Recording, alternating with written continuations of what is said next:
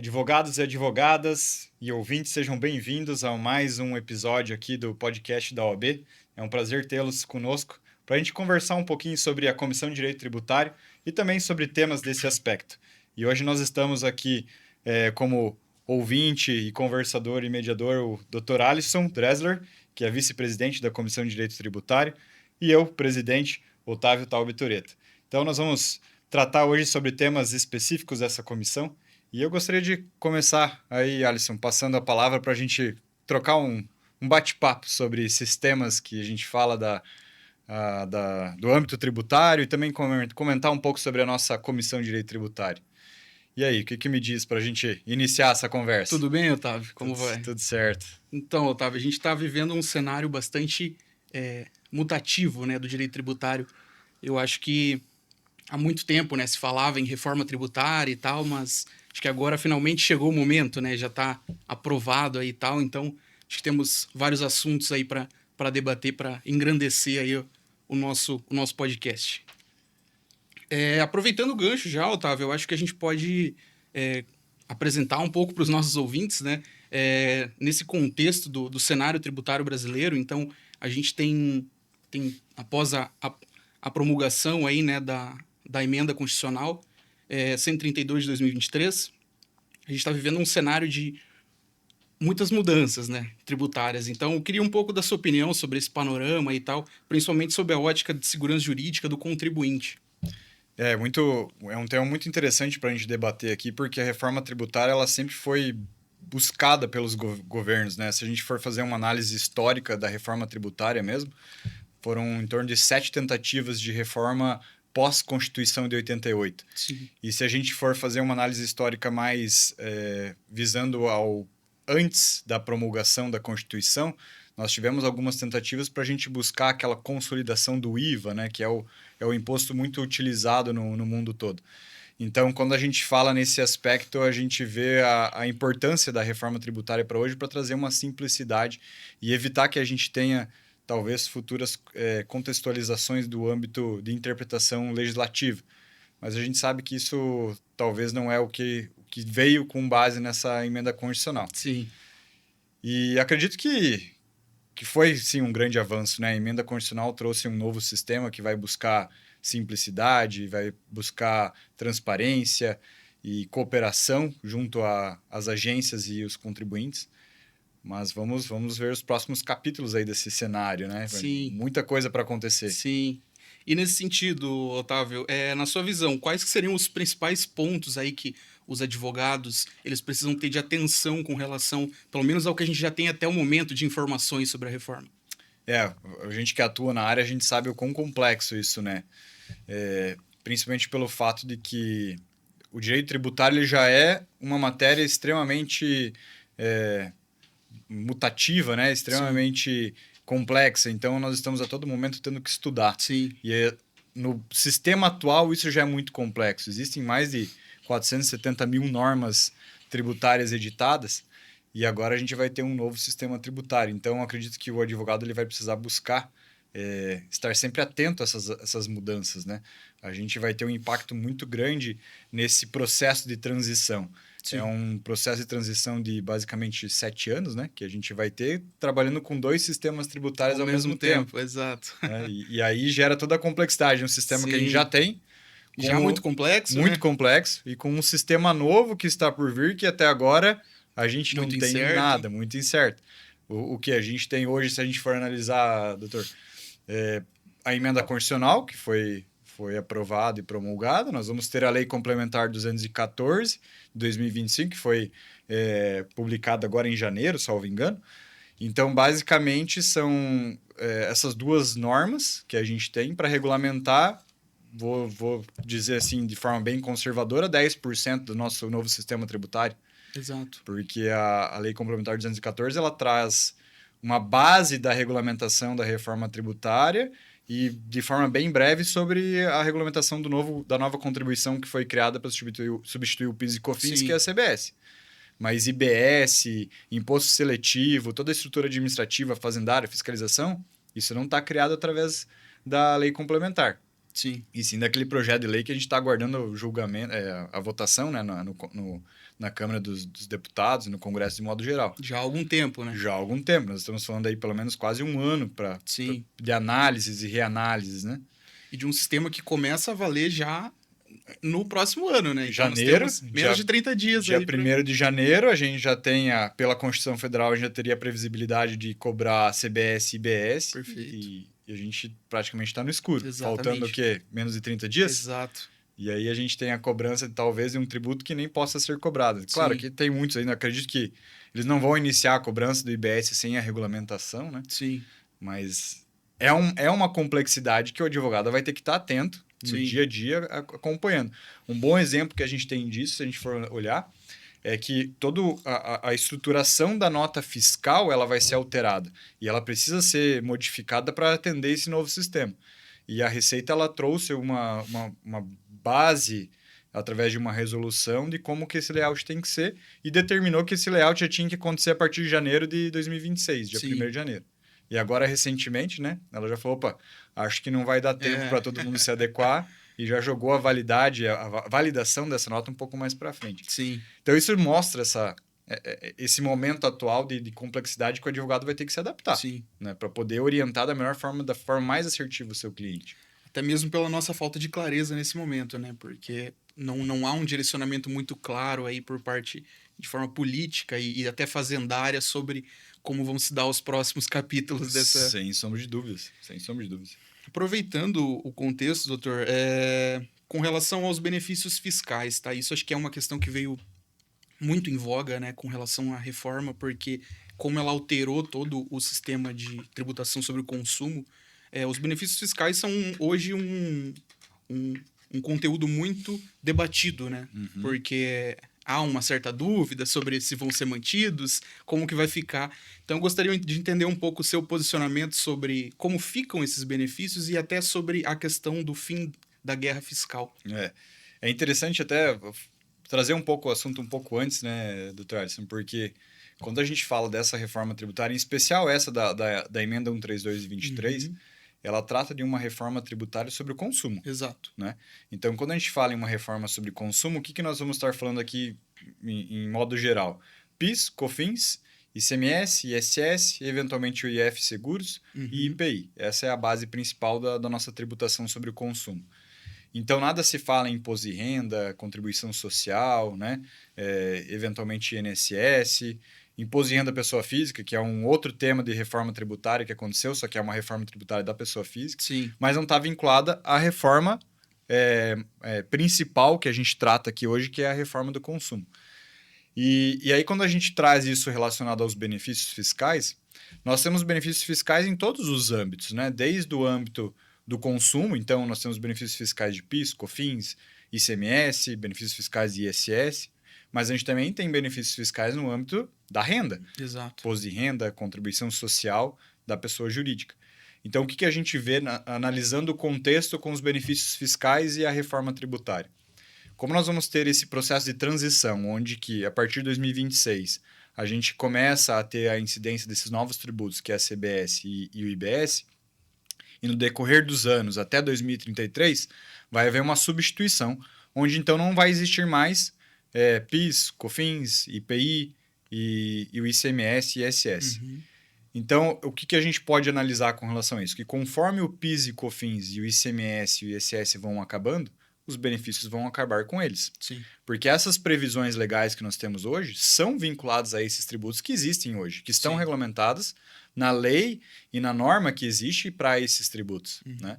O que a gente pode esperar com os benefícios fiscais para os tributos de CBS e IBS?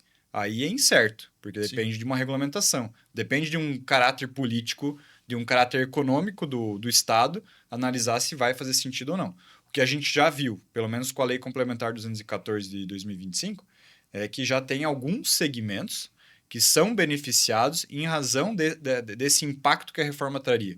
Né? Sim. Então, o segmento agrícola, cooperativa, educação, saúde, vários segmentos a gente já identifica esse benefício.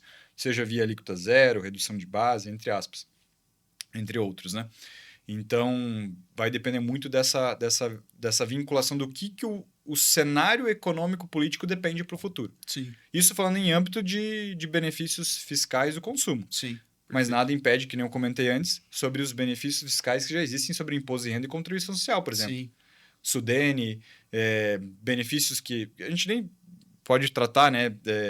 Lei do bem, lei da informática. Então, são benefícios fiscais ou regimes tributários fiscais que ainda vão continuar existindo porque esses tributos ainda existem. Sim. Né? Então, é um cenário muito, muito complexo. E até, só para terminar essa pergunta que você falou, que é a questão e da tributação ao destino, né? Isso também é muito interessante a gente debater, porque quando a gente analisa o sistema tributário atual, ele foca muito na origem. E aí que gera toda a nossa guerra fiscal. A gente tem casos emblemáticos, né, no escritório, onde, por exemplo, a mercadoria ela foi autuada de ICMS simplesmente porque o estado do Mato Grosso entendeu que era tributado aquele produto, mesmo que o produto fosse para exportação em outro estado. Então, ele estava destinado à exportação. Sim. E a gente sabe que, pela Constituição Federal, há uma imunidade plena, onde que exportação não é tributada. Mas o que o Estado entendeu? Que pela origem do produto ser do Mato Grosso, passar pelos outros estados para chegar até o Paraná, no Porto de Paranaguá e fazer a exportação, todo esse trajeto ele faz com que o produto ele transitasse entre estados e, consequentemente, haveria a arrecadação do Estado. Sim. Só que, na prática, há uma imunidade plena aqui. Né? Sim. Então, com essa mudança da tributação da origem para o destino, isso acaba totalmente também. Porque os estados não vão mais querer discutir. Né? Não vai ter mais discussão, por exemplo, de FAO, antecipação de ICMS, substituição do ICMS. Então, isso também é um grande avanço. Uma dor que eu vejo, e é algo que a gente interpreta diante da emenda constitucional e da lei complementar, é que e uma pena, se a gente for ver, é que a instituição efetiva da tributação sobre o destino ela vai acontecer até 2077. Então, os estados e municípios têm que regulamentar isso até 2077. E aí, a gente trazendo ao contexto atual, nós estamos falando de quase 50 anos de reforma tributária. Sim. É muito tempo, né? É muito tempo. É muito É tempo. muito tempo, ainda mais dado o contexto que nós falávamos há pouco sobre a incerteza, né? Então, assim, são 50 anos aí sem muita clareza sobre tudo isso. E aproveitando o gancho, doutor, você mencionou, né, sobre um caso prático aí e até muito se envolve, muito se projeta, né, que vai chover contencioso aí nesse sentido, dada toda essa incerteza. Então, assim, queria entender um pouco de você, o que você entende que deve ganhar um pouco mais de protagonismo aí com toda essas mudanças acontecendo. Isso é importante porque, assim, a gente já vem de um sistema tributário atual que tem uma judicialização muito grande pela complexidade da interpretação da norma. Sim. E não só por isso, né? Pelo emaranhado da quantidade de normas tributárias. Né? Eu comecei falando aqui no nosso podcast de mais de 460 mil normas tributárias vigentes. Então, uma alterando outra, uma vinculando a outra, né? Isso faz com que gere essa complexidade e, consequentemente, uma interpretação dúbia.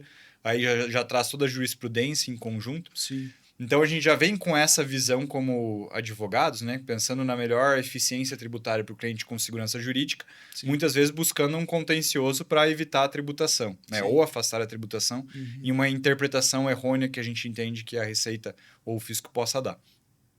E quando a gente fala com o novo cenário da reforma tributária, o que a gente vê? A gente vê que parte do legislador ele se preocupou com isso. Então, a famosa tese que a gente tem da exclusão do ICMS da base de outros tributos, né? De PIS, COFINS. Tese do século. Tese do século, que é famosa, né? Você vê o quê? Que o legislador se preocupou com esse novo sistema. Ele falou assim, CBS e IBS não tem a inclusão da sua base, a incidência de outros tributos. Sim. Seja os tributos do antigo sistema ou do novo. Mas isso nada impede, ou pelo menos é o que a gente já está vendo já de início, é que os tributos atuais não tenham eles como base o CBS e IBS. Então, isso pode gerar uma judicialização. Sim. E não só isso, o próprio federalismo, eu acho que o princípio do federalismo do Estado, eu acho que vai ser um dos mais discutidos.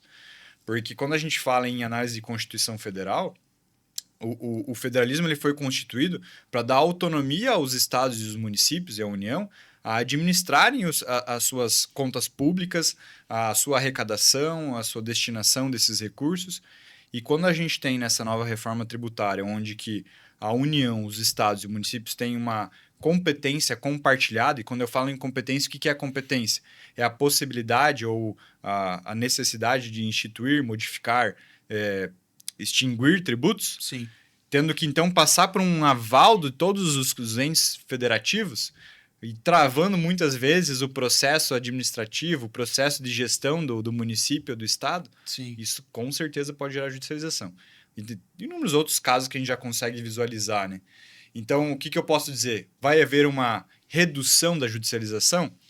O que o próprio STJ falou recentemente é que bem provável que não. Sim. É que ela se aconteça da mesma forma ou até o dobro, Sim. considerando toda a interpretação. E a gente comentou já agora recentemente, né?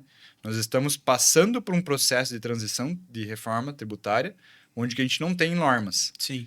E aí qual que é a chance de sair uma norma a último prazo com previsões bem esdrúxulas, né? Sim. Um exemplo que a gente pode trazer é o cancelamento de nota. O PLP 108, que trata sobre a regulamentação de IBS e o processo de fiscalização e administração fazendária, ele traz o cancelamento de nota como um ato que gera multa. Uhum. E hoje isso, para os nossos clientes, é uma situação corriqueira, você cancelar uma nota. Então, existem situações que provavelmente vão gerar realmente esse contencioso. Uhum. Isso é, de certa forma, preocupante, né? Porque quando a gente fala da emenda constitucional, ela veio buscar já essa simplicidade, essa transparência. Sim. E a gente vê que na construção da lei complementar isso não aconteceu. Eu acho que até um ponto interessante aí que você mencionou, doutor, ainda nesse gancho do contencioso, né? Como nós vamos ter dois sistemas aí correndo em paralelo, porque a preocupação do legislador, então, para o novo sistema não vou incluir os novos tributos na base deles mesmos, né? Mas como nós vamos ter dois sistemas, então não impede que os tributos atuais constem na base dos novos, né? Eu acho que isso é uma questão já tem gerado muita discussão, né? Inclusive divergência entre os próprios estados, né? A gente tem diversos posicionamentos aí de estados que entendem que não vai incluir, outros que vai, então é um cenário muito incerto, como a gente falou. E aí também aproveitando, né, você mencionou a questão do STJ, né, que falou sobre a situação da judicialização. Então, a nossa projeção é de que não caminhamos para um momento de estabilização no direito tributário. Eu entendo que não. Eu entendo que não, até pelo fato da complexidade da norma, né? Sim. Se a gente analisar a própria Lei Complementar 214, que saiu para regulamentar o IBS, ela já tem situações onde que a gente analisá-la, ela gera uma interpretação dúbia. Sim. Né? A gente já tem até mesmo a própria ampliação da base de cálculo. Quando eu falo ampliação da base de cálculo, né, comparando ao PIS e COFINS, por exemplo, o PIS e COFINS ele fala, é a receita bruta. E aí quando a gente fala já numa CBS, ela já amplia para todos os atos onerosos e talvez não onerosos também. Sim. Né? Então, isso vai gerar uma interpretação sem sombra de dúvidas. Um caso bem emblemático que eu posso dizer que isso já está gerando uma interpretação é que quando a gente fala na teoria sobre o IVA, né, que é a base da estrutura da CBS e da IBS, o IVA ele tem o regime de não cumulatividade plena. O que significa? Ele busca tributar só o valor agregado dado àquela cadeia. Uhum. Então, isso significa que tudo que você comprou para fazer com que a sua operação aconteça, ele gera crédito. Sim. Permita que você, então, tribute efetivamente só o que você agregou. E quando a gente fala já nesse cenário de CBS e IBS, que é o cenário da nossa tributação nova, a própria lei a Lei Complementar 214, ela já traz uma interpretação, talvez, que possa se trazer a discussão novamente de insumos. Sim. Que é outra tese do século, uma tese que está se debatendo há muitos anos no judiciário, é o que efetivamente pode ser essencial e relevante e que vai me gerar créditos de ICBS e IBS. Sim. Né? Porque você pega ali o PIS e COFINS, isso já está muito claro. Você não está utilizando, ela não é essencial e relevante, você não toma crédito, a gente considera uso e consumo. Uhum. Mas e quando eu falo de ICBS, ela já fala assim, é uma não cumulatividade plena, mas desde que esteja vinculado à atividade. E o que é vinculado à atividade? Será que isso não pode gerar uma interpretação, né? Sim, com certeza. Porque quando você pega a Receita Federal, lá o auditor ele está analisando, na visão dele ele pode entender que aquilo não faz parte da atividade. Exatamente. Vou dar um exemplo lá. pode ser um exemplo esdrúxulo aqui, né? Mas uma confraternização do escritório. Sim. Provavelmente o editor vai falar, viu, isso aí não é essencial para a operação rodar. Sim. Mas a nossa visão, quando a gente está fazendo a gestão do nosso escritório, ter as pessoas engajadas, tendo as pessoas participando, confraternizando, isso é importante para a cultura do nosso escritório. Perfeito. E aí, por que ele não seria relevante? Exatamente. Por que ele não faz parte da atividade? Sim. Então, com certeza, isso vai ser tema de judicialização Sim. e eu já prevejo isso para o futuro, né? A gente verifica também que existem muitas possibilidades aí, né? Então, pro advogado tributário, por mais que a complexidade é muito grande aí, e é um caminho um pouco de incerteza, né, que a gente vai enfrentar nos próximos anos, mas ele também vem acompanhado de muitas possibilidades, né, de atuação Muitas e de oportunidades. Isso. É. Então, acho que isso também é algo que é muito atrativo, né, para nossa classe aí. Com certeza. Eu acho que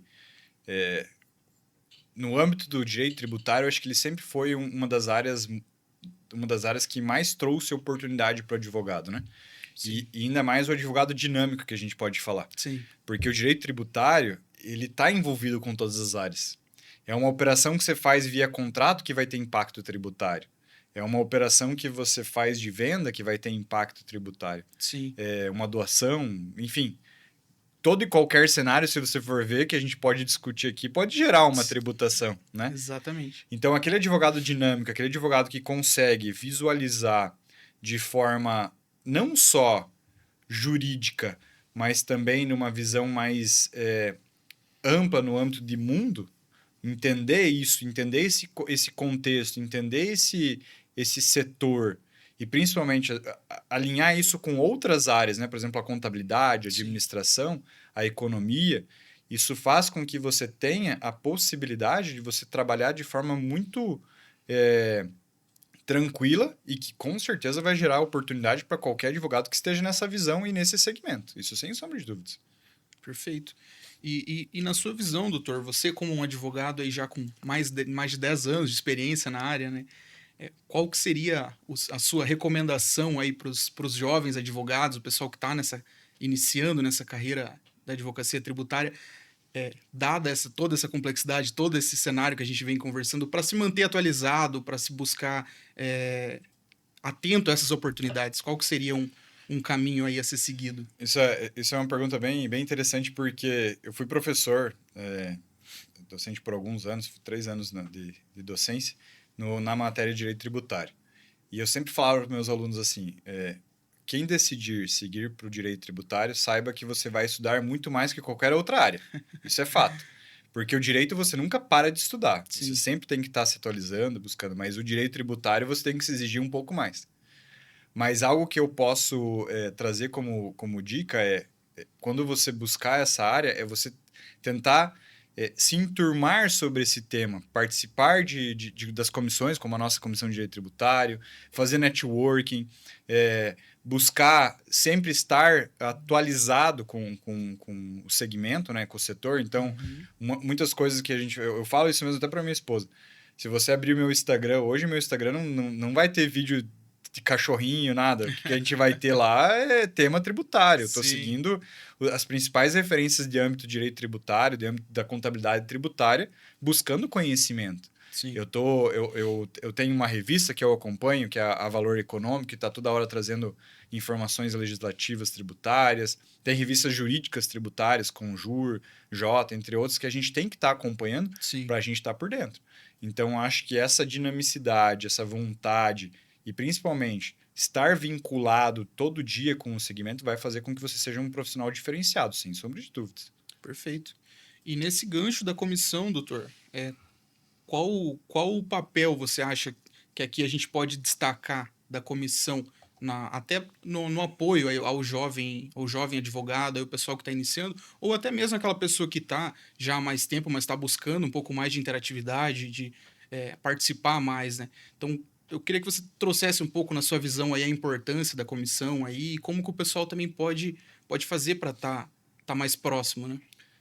A Comissão de Direito Tributário ela foi criada por vários motivos, né? Um deles é a gente ajudar a advocacia iniciante que está querendo buscar esse setor como atuação, né? Sim. E eu acho que principalmente para poder orientar da melhor forma possível, Mas também, e não só isso, a gente ter um momento de debate de temas atuais, de temas que são relevantes, buscar levar conhecimento para outros advogados, né, treinamentos. A gente, muitas vezes, a nossa comissão ela foi essencial para a gente tratar, por exemplo, o imposto de renda da pessoa física para os advogados, que isso é um impacto que a gente tem, porque a tributação dos honorários ela é diferenciada, né? Honorários de sucumbência, honorários contratuais. Então, trazer essa visão de gestão que foi um impacto da comissão.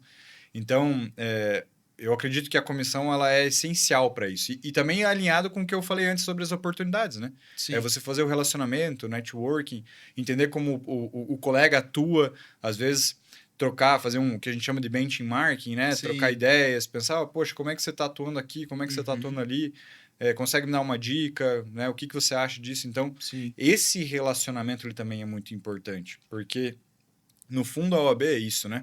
É a gente ter um conselho forte que está por trás, que nos apoia, que nos consegue nos trazer esse reforço, principalmente para o nosso setor, e também ajudar a fiscalizar os entes federativos, né? Eu acho que muitos atos que foram feitos pela comissão ajudaram não só os advogados, como também os contadores. Sim. E isso foi muito importante. Foram ganhos muito relevantes, né? Atendimento da Receita Federal, a gente sabia até um tempo atrás, antes ainda quando existia atendimento presencial, era muito difícil você conseguir fazer um atendimento sem uma procuração com firma reconhecida. Sim. Né? E você tem uma lei que determina que o advogado não precisa ter procuração com firma reconhecida, mas a Receita Federal não aceitava. Então, coisas como essa que foram necessárias através da nossa comissão para ajustar isso. E não só isso, né? Ajudar o ente federativo a fazer revitalização do Código Tributário, que é o que aconteceu em 2021, salvo engano, aqui em Cascavel, que a gente participou disso. Participamos da construção do Conselho de Contribuintes, que é um outro ganho gigantesco que a gente teve no município de Cascavel. Por muitos anos, todas as demandas administrativas tributárias eram julgadas basicamente só pela prefeitura e não tinha uma segunda instância com discussões, né, de discussões técnicas, né? Sim. Então, hoje até acho que o doutor faz parte lá do conselho, né, do Conselho de Contribuintes. Então, isso também foi um ganho muito grande para nós, porque a gente começou a trazer discussões técnicas, né, que embasaram muitos temas que muitas vezes o próprio fisco municipal não queria trazer. Exato. E isso é um ganho que a gente tem que reconhecer pela Comissão de Direito Tributário. E eu acrescentaria até nesse sentido, doutor, que isso é um ganho para toda a coletividade. Claro, né? Com certeza. Não apenas prosseguimento para a classe de advogados, né? Porque, como o doutor destacou, esses debates eles engrandecem a matéria. Então, o auditor que faz parte, os demais conselheiros, o contador, todos participam desse debate, todos trazem seus pontos de vista e assim a gente consegue crescer com o direito ali, né? Então, são muito enriquecedores esses debates. E, no gancho do que a gente conversava anteriormente, né? Quanto a judicialização evitou a existência do conselho, né? Nossa, muitos temas foram ali resolvidos, o que antes, por ser uma instância única, basicamente, tudo era basicamente judicializado, né? Temas então, relevantes, né? Temas muito relevantes, valores altos. Que a gente conseguiu trazer um alinhamento à jurisprudência do tribunal, né? Exatamente. Então, isso é um ganho muito grande. É muito grande. E até, né, tratando nessa questão da comissão, que é muito importante, é falar para os advogados que têm interesse em entrar nesse setor, que venham participar, que acompanhem junto com a gente, né? A gente precisa de pessoas que estejam interessadas, apoiar, ajudar a tratar esses assuntos, a ajudar a gente a manter essa comissão firme e forte, para que a gente possa continuar fazendo esses trabalhos que são relevantes, né? Sim, perfeito. Beleza, doutor? Muito obrigado. Beleza, eu que agradeço. E eu queria só deixar, né, o recado para todos. Eu acho que para aqueles que estão interessados em participar da comissão, que venham, entrem em contato com a gente. Dr. Alisson e eu estamos à disposição. Nós temos todo o nosso contato aí com a equipe da OAB, se precisar. Participar do nosso grupo de WhatsApp e vir, quando puder, né, participar das nossas reuniões para a gente debater sobre assuntos e tratar sobre tudo isso que talvez a gente conversou hoje. Acho que é muito de salutar, né, doutor? É isso aí. Beleza. Obrigado, pessoal. Obrigado por ter ouvido a gente. E um grande abraço e até o próximo episódio. Tchau, tchau.